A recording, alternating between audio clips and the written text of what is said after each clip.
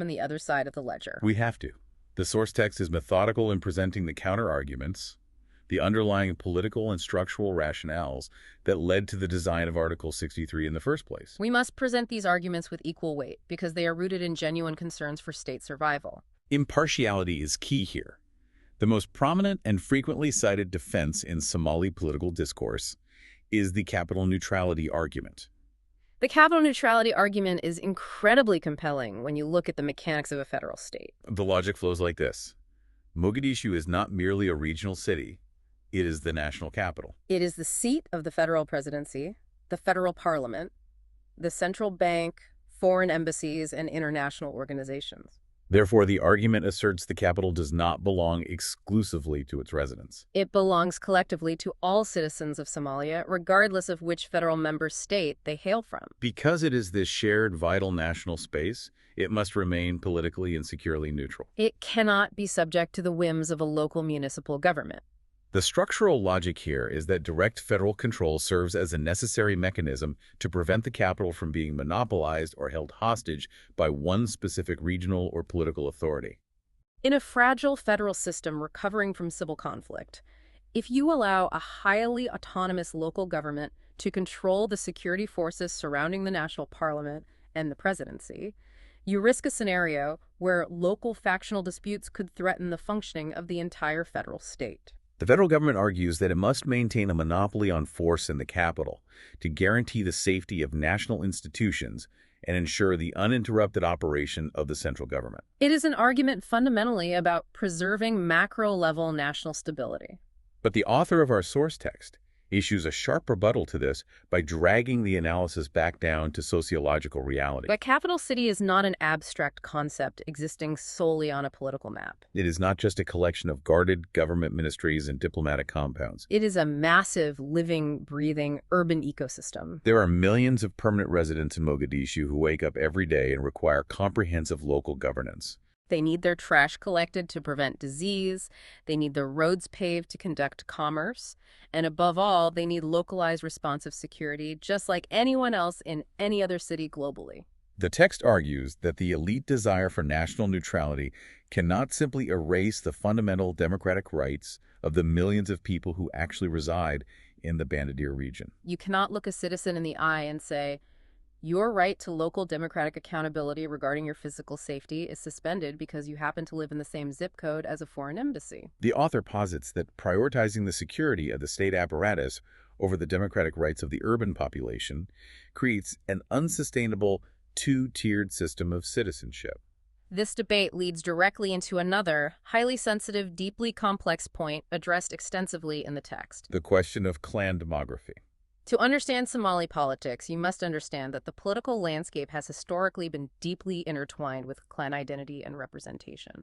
Within the political discourse, there is a palpable, openly discussed fear among some federal actors and regional states that granting full, unchecked local authority over Mogadishu, specifically over its security forces and political governance, might inevitably lead to the city being dominated by the specific demographic or clan majorities that have historically resided in the Bandidir region. The fear is that a fully empowered local government would utilize the city's resources and security apparatus to consolidate power for one group, marginalizing other Somalis who view the capital as their shared political home. Again, we were presenting the text's analysis of this dynamic. The author points out a major structural rebuttal to this fear of demographic domination. The text notes that almost every single major city in Somalia, and frankly almost every major metropolis globally, has local demographic realities and majorities. Every city has a dominant group or a coalition of groups. The author's argument is that stripping Mogadishu of its democratic authority simply because it serves as the capital driven by a fear of its specific demographic makeup essentially treats its citizens as structural exceptions to the democratic rules applied everywhere else in the Federation. If citizens in other federal member states are trusted to elect leaders who control local security despite their own demographic majorities, why are the residents of the capital subjected to a different standard? Furthermore, the text makes a compelling institutional argument. Open, transparent, and highly competitive democratic elections are actually the most effective institutional defense against unchecked demographic domination. If the overriding fear is that a single group will permanently inherit power, The solution is not to remove local authority and hand it to federal appointees. The solution is to enforce rigorous, fiercely contested democratic competition. Leaders must be forced to continuously earn votes from a diverse, dynamic urban electorate rather than inheriting power through opaque, closed-door federal appointments. By deliberately weakening local democracy in an attempt to prevent dominance, the constitutional framers might actually be undermining the very democratic mechanisms best designed to ensure fair, cross-cutting representation over time. It is a fascinating pivot in the debate. The idea that robust democracy is the cure for the fear of dominance, not the disease that causes it. Now, another major ongoing debate happening on the ground in Mogadishu, which the text highlights as a symptom of this broader paradox, is the fierce contention over how the mayor is actually chosen. We mentioned earlier that under the current framework, the mayor is indirectly elected. The citizens go to the polls and vote for the members of the Capital Council. Then those council members convene often behind closed doors and negotiate to choose the mayor. And a significant portion of the city's residents and civil society are deeply unhappy with this indirect method. There is a strong, persistent push for a directly elected mayor. A system where the citizens cast their ballots directly for the executive leader of the city. The argument for direct election is that it would ensure a much clearer, undeniable democratic mandate. It would inherently create more transparency. When a council chooses the mayor through internal negotiations, there is always the lingering suspicion, whether justified by facts or merely fueled by cynicism of behind-the-scenes federal bargaining elite PACs or undue financial influence. A direct popular vote builds immediate, unshakable public trust because the line of accountability between the individual voter and the chief executive is a straight, unambiguous line. But the author of our source text points out the brutal, inescapable catch-22 inherent in this debate. Let's play out the scenario where the advocates for direct elections win. Let's say the Constitution is amended again. Mogadishu gets a directly elected mayor, and a candidate wins in a massive, historic, undeniable landslide. They stand on a podium with a mandate from millions of residents. If Article 63 still explicitly denies that wildly popular mayor the authority over the city's political governance and its security forces, then the fundamental representation authority gap remains completely unresolved. You have simply created a very popular, highly visible mayor who is still totally powerless to command the police to stop a terror attack or alter the city's overarching political trajectory. Changing the method of election does absolutely nothing to fix the structural lack of authority. It merely changes the flavor of the civic frustration. It might even heighten the tension. Because a mayor with a direct popular mandate will inevitably clash more aggressively with the federal appointees who actually hold the power. And this structural tension does not remain conveniently confined to municipal city politics. The text demonstrates how this local disenfranchisement has a massive corrosive ripple effect upward into the federal system itself, specifically regarding the Banadir region's representation in the upper house of the federal parliament. This is a crucial, often overlooked layer of Article 63. The amendment does explicitly grant the Banadir region representation in the federal upper house, the Senate. On paper, if you were reading the Constitution in a vacuum, this sounds like a massive victory for local inclusion. The capital region finally gets a voice at the highest legislative table in the land. It looks like a win for representation. But the text uncovers a deeply hidden systemic danger embedded in this arrangement. It identifies a conceptual trap. If the central government has already successfully established the constitutional logic that federal necessity justifies stripping Mogadishu's local government of its internal security and political powers, that exact same logic can easily, almost inevitably, infect their federal representation. Let's follow the author's logic here and connect the dots. If the federal government is already managing the capital's internal political affairs because of its special national status, there is an incredibly high structural risk that Banadir's newly minted senators, who are theoretically supposed to represent the unique interests of the region, will end up simply reflecting and amplifying federal priorities. If the federal executive apparatus is essentially engineering the city's political environment, how genuinely independent can those regional senators really be? The text warns of a high risk that they become highly visible rubber stamps for the federal executive branch, rather than genuine combative voices for the grassroots political will of the city's millions of residents. The author notes that this dynamic fundamentally transforms the very nature of federal representation. It morphs from being a substantive democratic right where a senator fiercely fights for their constituents' local interests against federal overreach. into a heavily managed, largely symbolic form of elite participation. It becomes the illusion of a federal voice. The senators are physically present in the chamber, they occupy seats, they cast votes, but their capacity to act as independent agents for their region is heavily compromised by the overarching federal control of their home base. Having looked so deeply at the internal mechanics of Mogadishu, a proper doctoral-level analysis requires us to broaden our scope to understand if this dynamic is an anomaly. The tension between overarching national interests and localized democratic rights in a capital city is not a uniquely Somali problem. It is a persistent global constitutional phenomenon.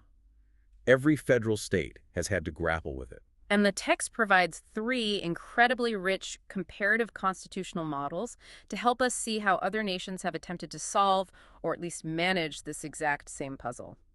The comparative analysis begins with Berlin, which is a fascinating and highly successful case study. Berlin functions uniquely as both the national capital of the Federal Republic of Germany and as its own sovereign federal state or land within the German constitutional system. The history there is vital.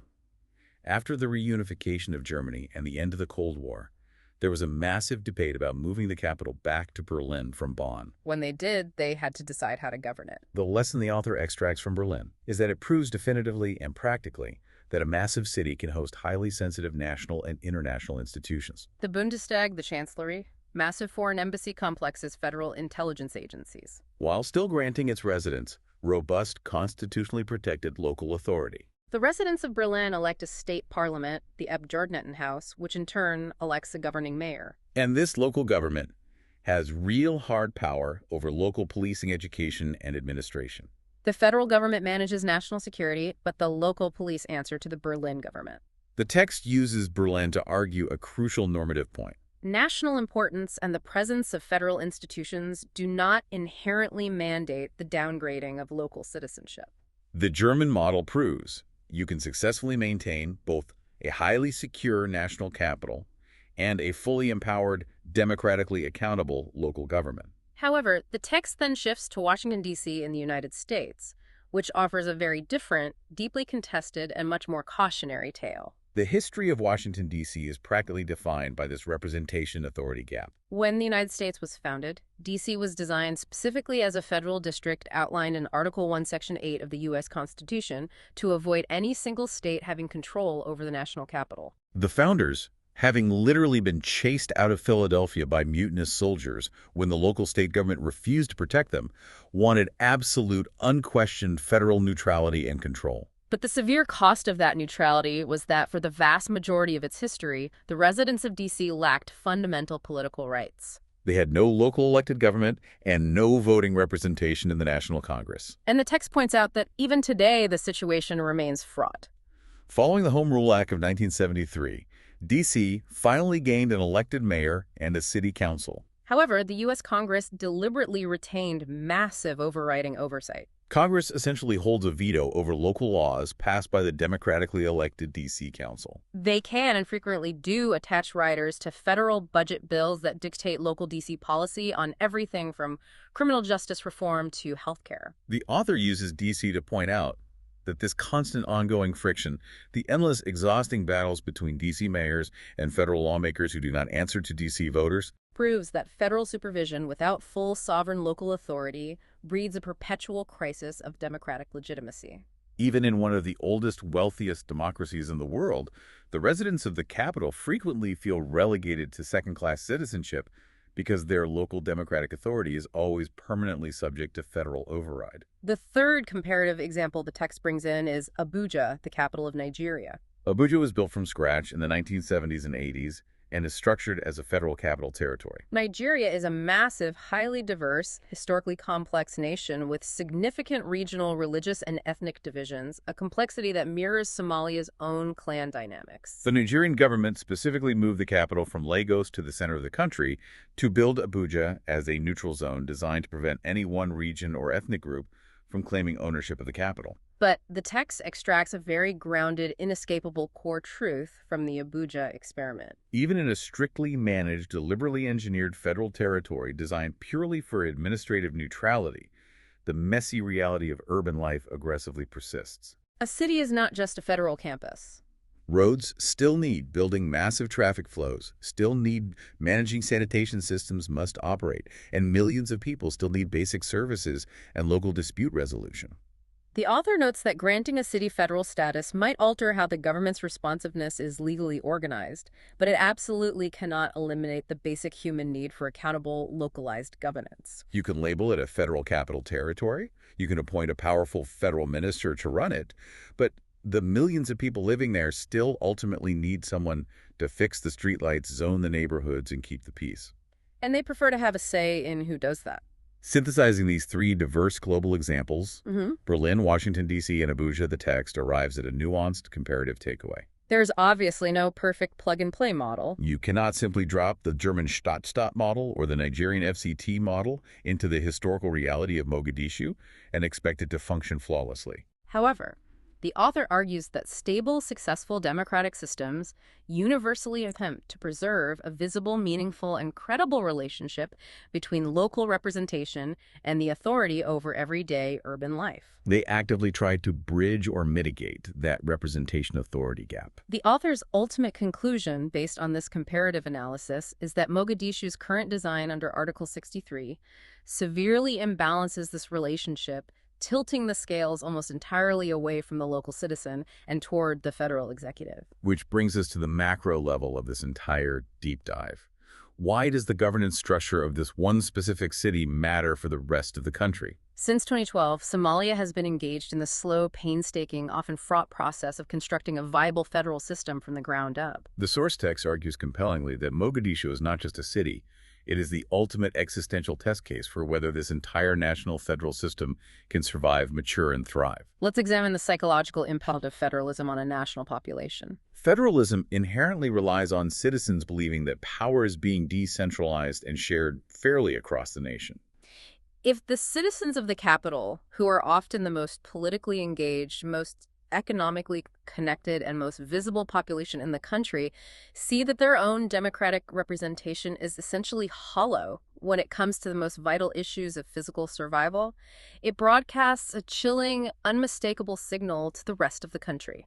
It heavily reinforces deep existing anxieties in other regions about the unfinished character of the national constitutional settlement. It makes people in peripheral federal member states wonder, if the federal government refuses to let the capital govern its own security, what hope do we have that they will respect our regional autonomy in the long run? The stakes identified in the text are incredibly high. The author posits that if the state treats the residents of its largest, most economically vital, and most symbolic city as politically visible but institutionally weakened, it risks turning the capital into a glaring monument to the system's structural flaws rather than a beacon of its democratic successes. A capital city should ideally be the shining, functional example of your constitution working perfectly in practice. Instead, under the framework of Article 63, it risks becoming the primary example of democratic failure and elite centralization.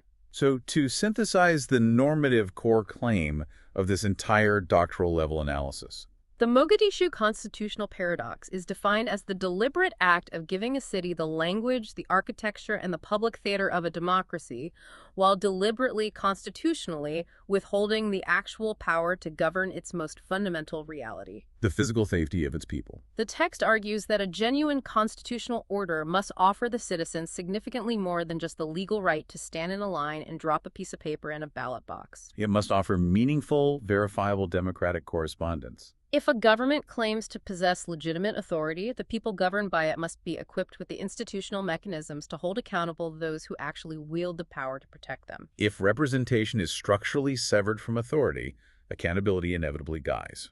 And when accountability dies, the fundamental social contract that theorists like Hobbes and Locke articulated all those centuries ago is broken. The citizen is left vulnerable, and the state's legitimacy is deeply compromised. It is a profound structural challenge, not just for Mogadishu, but for any nation attempting to balance federal security with local democratic rights. We want to thank you for going on this intense, expansive intellectual journey with us today. We've navigated classical constitutional theory, the visceral realities of urban counterterrorism, and sweeping global comparisons of capital city governance. It's been a lot to cover. It has. But before we leave you, we want to offer a final provocative thought for you to mull over on your own. something that builds on everything we've explored today. The future of urban security. Exactly. As cities around the world continue to swell into massive interconnected megacities, and as the very nature of threats evolves, where urban warfare, global pandemics, and highly localized digital terrorism blur the once clear lines between municipal street crime and overarching national security, will the traditional constitutional distinction between local and federal authority eventually collapse entirely? That is the big question. If a local threat and a national threat become completely indistinguishable in a globally connected city, how will any citizen in a 21st century capital, anywhere in the world, ever truly be able to hold their local leaders accountable? If every severe local crisis is immediately classified as a national security emergency, does local democracy even have a viable future? Think deeply about that the next time you cast a ballot in your own city.